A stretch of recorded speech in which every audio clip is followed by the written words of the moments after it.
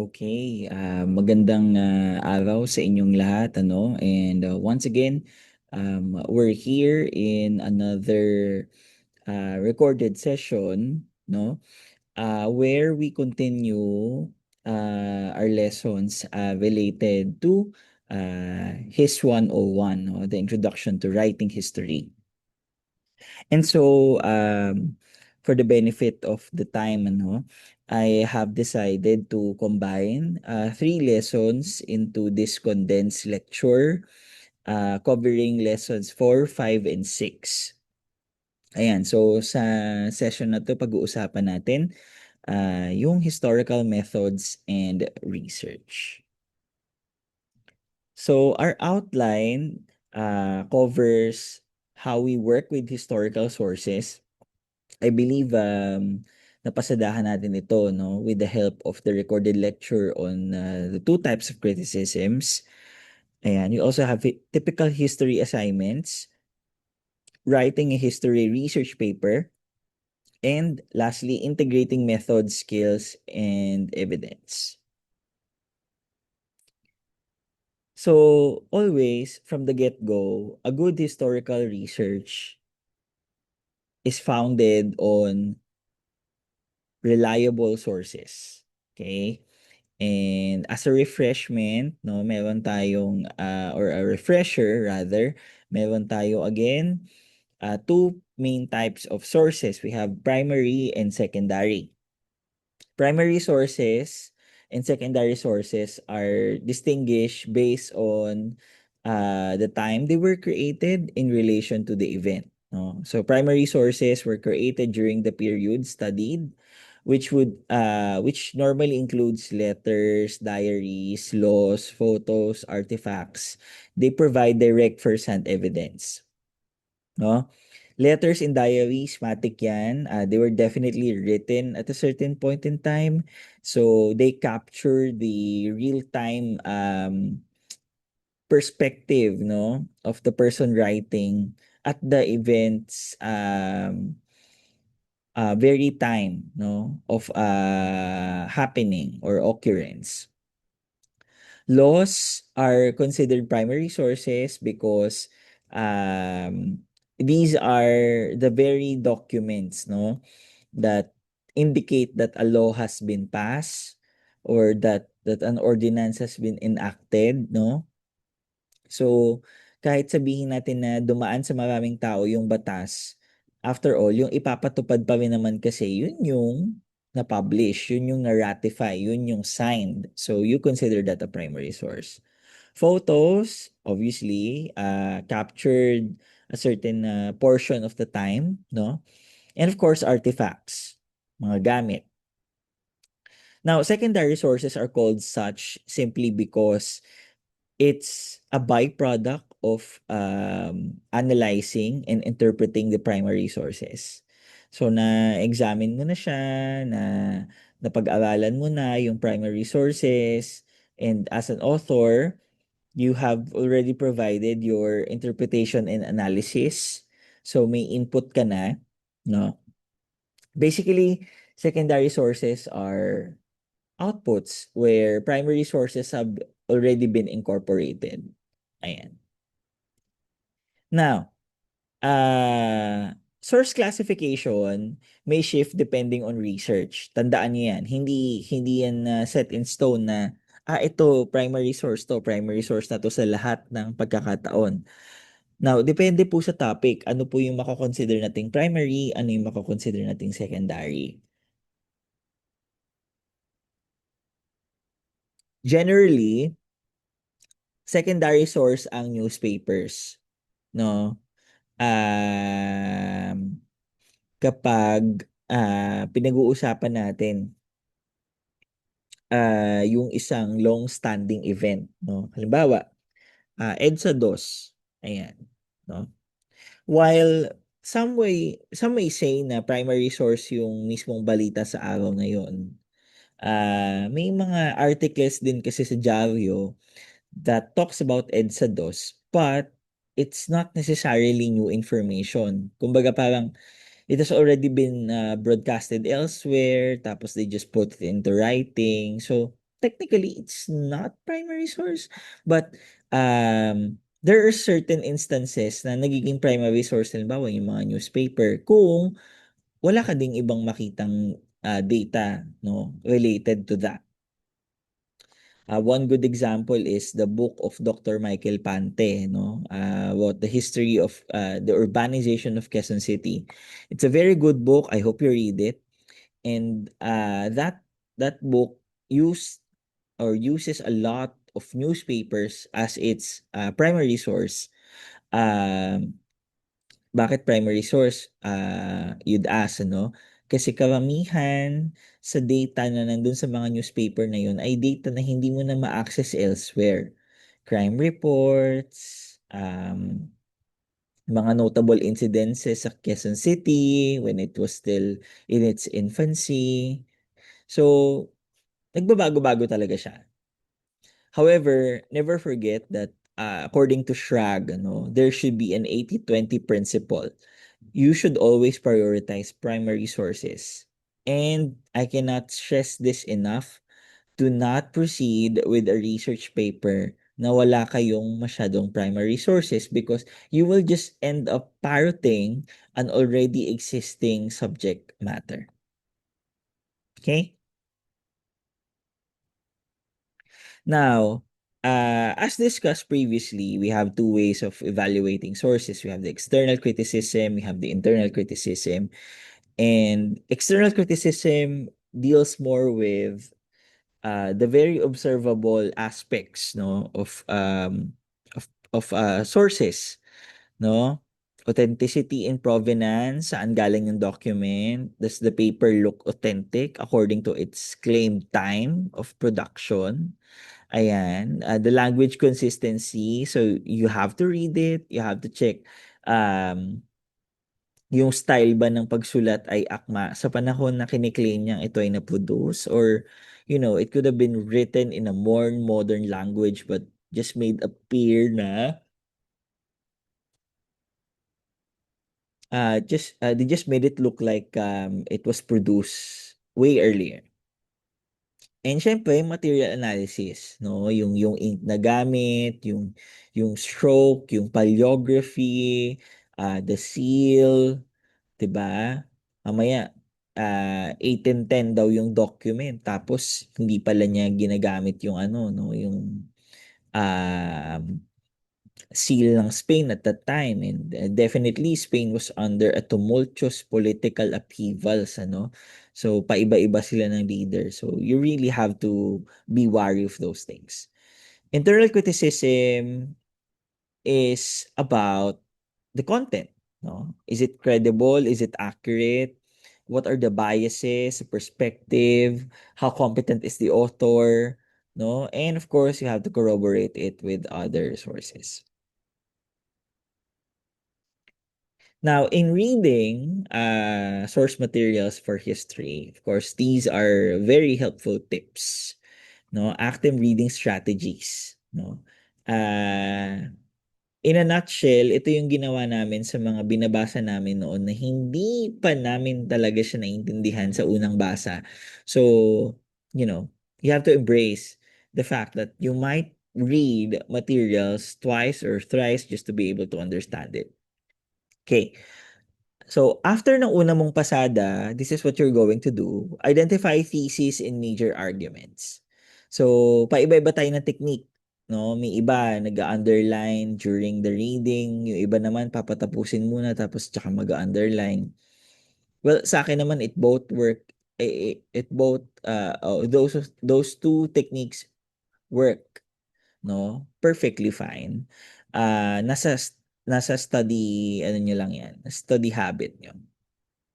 Next, if there are parts that you find confusing, annotate with questions and insight. So, bilugan, tapos lagyan ng marginal notes, no? Sulatan sa gilid, 'di ba? What does he mean by this? Ganyan. Para mabalikan mo siya. Okay, next. Record full citation for quotes. Ayan. So, in a material, minsan, may mga dun, no, may mga gold mine, kumbaga, na parang ito verbatim na sinabi ng author. So I really have to quote it. So, maganda na as you read along, you already put quotation marks, no? So to fully uh, block the that particular phrase you want to use. Okay. Next, clarify unfamiliar terms. So of course, sa una mong basa, there will be lots of jargons, highfalutin terms, words you wouldn't understand, but it's your job to understand them and to learn these vocabulary kasi may expand mo din naman kasi yung yung ano no, yung vocabulary mo by encountering the meaning of these words. Yeah. Also, summarize sections to check understanding. So, ah mahirap intindihin yung ah isang material kapag hindi mo siya kinompartmentalize. So, pwede mo siyang ah hati-hatiin, no, into certain parts. Like, halimbawa, one chapter and it's a very, very long chapter, no? So, maybe read around 1 to 3 paragraphs, tapos you cut it there, tapos you make a summary of that part, then you proceed to the other part. And lastly, I cannot stress this enough. Use OneNote. Okay? Utang na loob mga bata. Use OneNote. OneNote is a very handy tool in, taking notes. It's basically called OneNote for that reason. Um, lahat kasi pwede mo ilagay. So, pwede ka malagay ng pictures, ng graphs, ng table. Tapos, ilagay mo lang din yung raw notes mo, hindi mo pa pinaprocess. So, and don't forget to sync no that file, that goddamn file. Dahil of course, if hindi yan nakasync, hindi natin alam, baka bigla na lang makorrupt. So, yeah. Do it at your own risk. Now, let's talk about the typical assignments, no? What do you actually do when you read the primary sources? Okay. So we will jump from the very basic down to the most complex. Right. So number one, summary. Yeah. So we extract the main argument. We get the gist, no? So yeah, I think I don't have to explain that much. Annotation. Yeah. Okay. So annotation happens when you try to make a comment on a certain source. Okay? So, kumbaga, halimbawa, you're seamlessly narrating this part.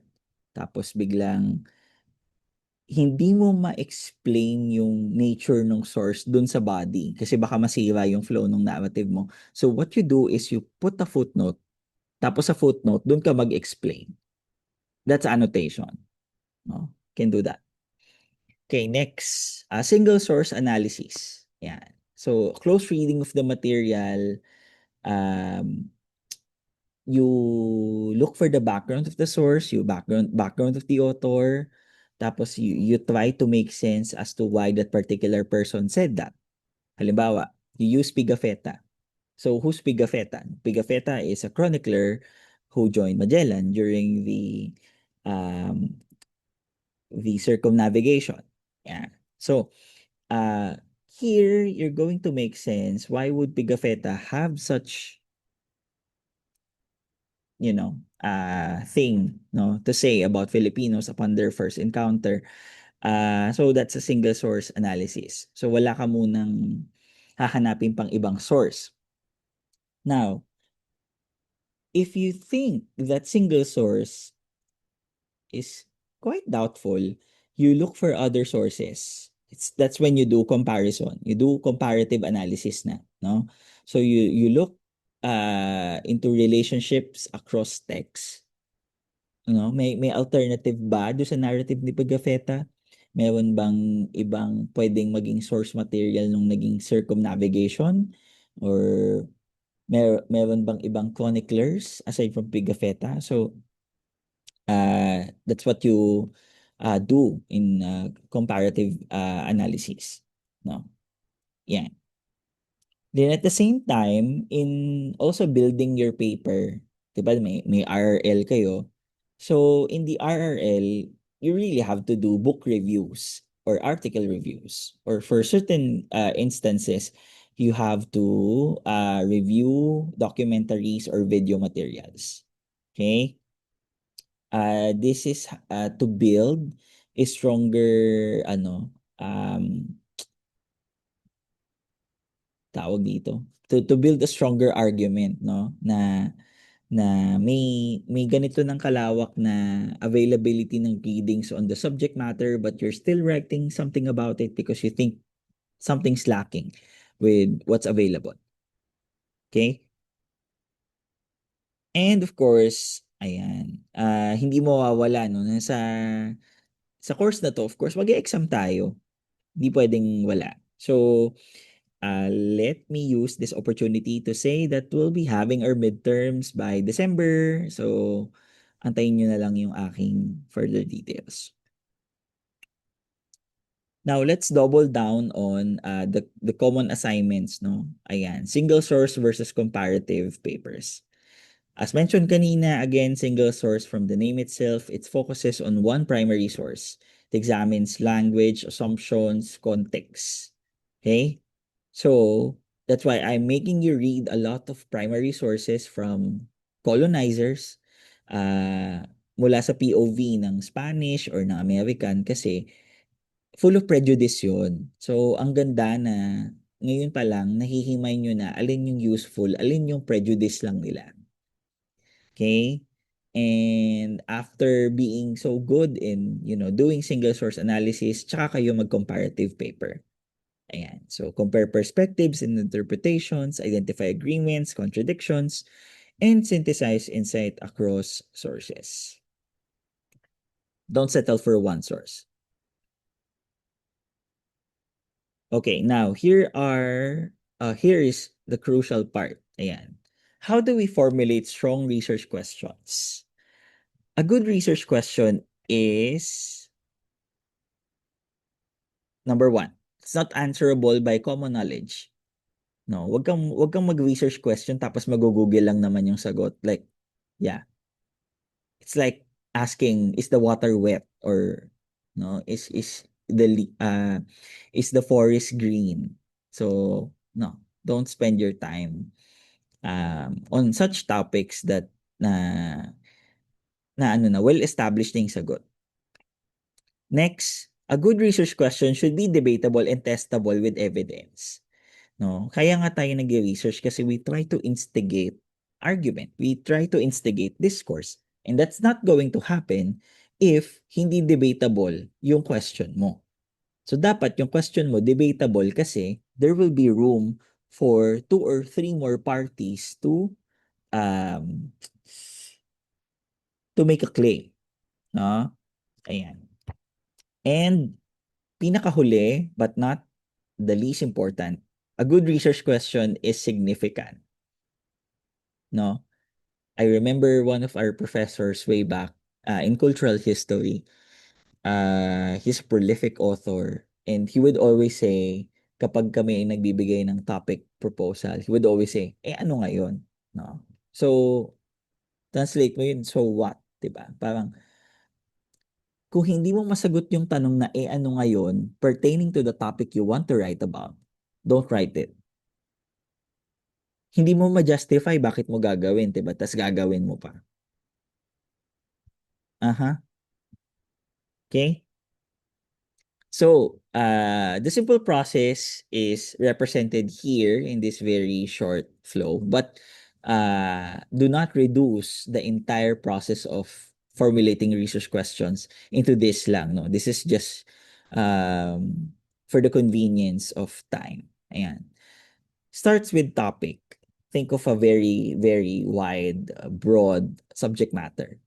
You narrow it down into a smaller section, then you make a precise question. For example, my topic is, oh, I want local history. Siyempre, napakalawak ng local history, 'di ba? Hindi ka naman gagawa ng Reader's Digest 10-volume encyclopedia. So you have to narrow it down to something else. So, local history ng alin? Yan. So, nako-confuse kayo, 'di ba? You want to write about local history, so next question is ng anong lugar? Okay? As much as possible, if you're a beginner, just think of one place, then think of doing more kapag marunong ka na sa isa. Now, after narrowing it down, ayan, nakapili ka na ng lugar. Halimbawa, I want to study my locality. So, naisip mo local history ng Parañaque or local history ng Las Piñas. If you were to ask me, that's still broad. It's very, very broad. No, ang dami mong pwede i-discuss sa local histories ng mga cities na yon. So, you will reduce it further by looking for a period or time in their history that you want to focus about. So, I want to discuss what was Las Piñas like during the uh, American period. So, that's a narrow down research topic. Now, if you already have a narrow down research topic, you now formulate questions. Okay? You ask for precise questions related to that narrow down topic that you have. All right. Now, for research planning, here are the steps that you need to embark on. Ayan. Para hindi po problematic, no, na tayo ay naghahanap ng papaksain, ayan. Let's always start with secondary literature.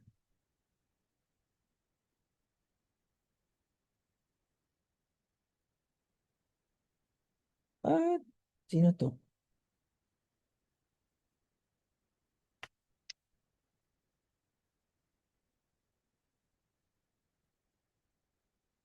John, Yes, ma'am. morning. Opo. Oh, pwede na akong mauna dito sa or intay ko kayo? Nasan ka, ma'am? Nandito pa lang sa boarding pass.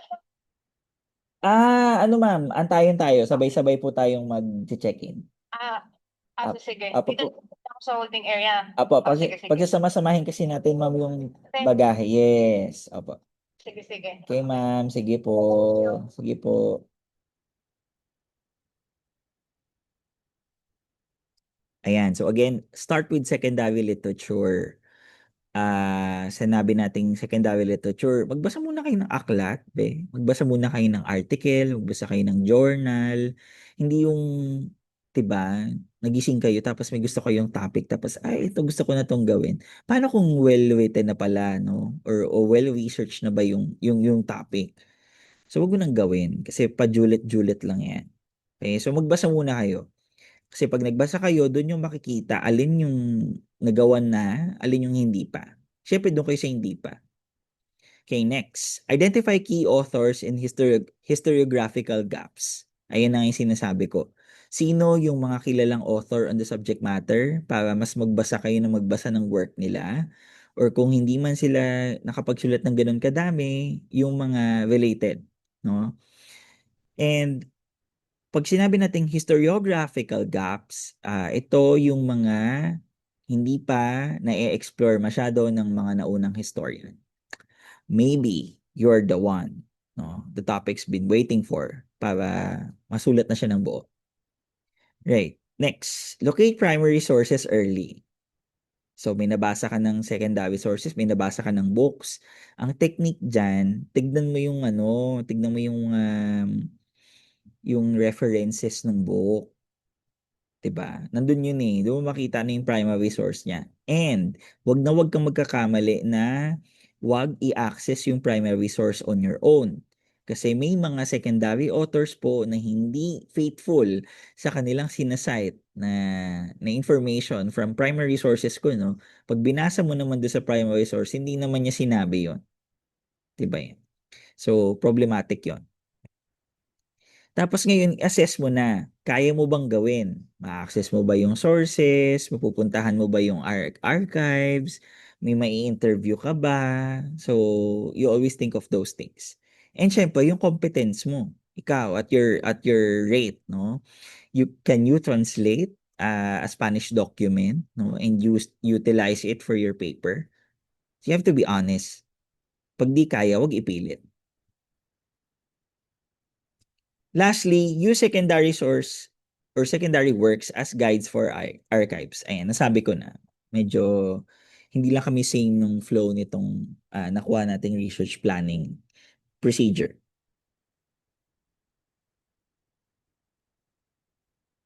Okay. Now, for the writing process, ayan, note-taking. Start with note-taking. Should be accurate, organized. Distinguish paraphrase versus quote. Dapat alam nyo, no, yung pinagkaiba ng direct quotation dun sa paraphrasing. At hindi po pinaraphrase mo, information mo na or data mo na yan, ha? Huwag kakalimutan mag-cite. Now, based on the notes that you've already taken, develop a working thesis.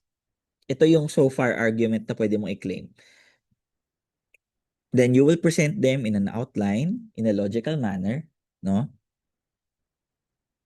After which you will draft clearly using you will make a clear draft using sources as support. Okay. So, kapag sulat ka na paunti-unti, syempre magulo pa yan, no? So, ang gagawin mo, i-revise mo yung outline by looking into the macro and micro structure. Sinabi nating macro structure, ito yung mga bigger context, bigger narratives, no, yung mga background or saligan. Tapos sa micro, yung mga medyo mas maliliit na discussions na integral pa din naman but it's not as convoluted as the macro, no? And after proofread na, no? Ayusin ng grammar, ayusin ng citation, pwede. Then yun. So bilang pagtatapos ng recorded lecture na ito, okay, again, source literacy is central to historical practice. We need to know where to get our sources, what sources to get, and how to use them. Assignments build essential and analytical skills. So, every time you're given an activity to work on, please do it by yourself. Alam natin ngayon with the advent of AI, things are very, very more accessible. But please, refrain from using it, lalo na kung gusto nyo palang i-strengthen yung inyong writing skills. Research writing integrates method, evidence, and argument. No? And hopefully these lessons will help you in your jump start, no, into writing a very good history paper. Okay? Yun lamang, abangan ang kalakip na activity that I'll be posting in the Google Classroom, and please use our time para dito sa asynchronous activity na ito so that hindi kayo natatambakan. Okay? All right. Thank you so much. If you have questions, just ask away sa GC and see you around. Thank you so much.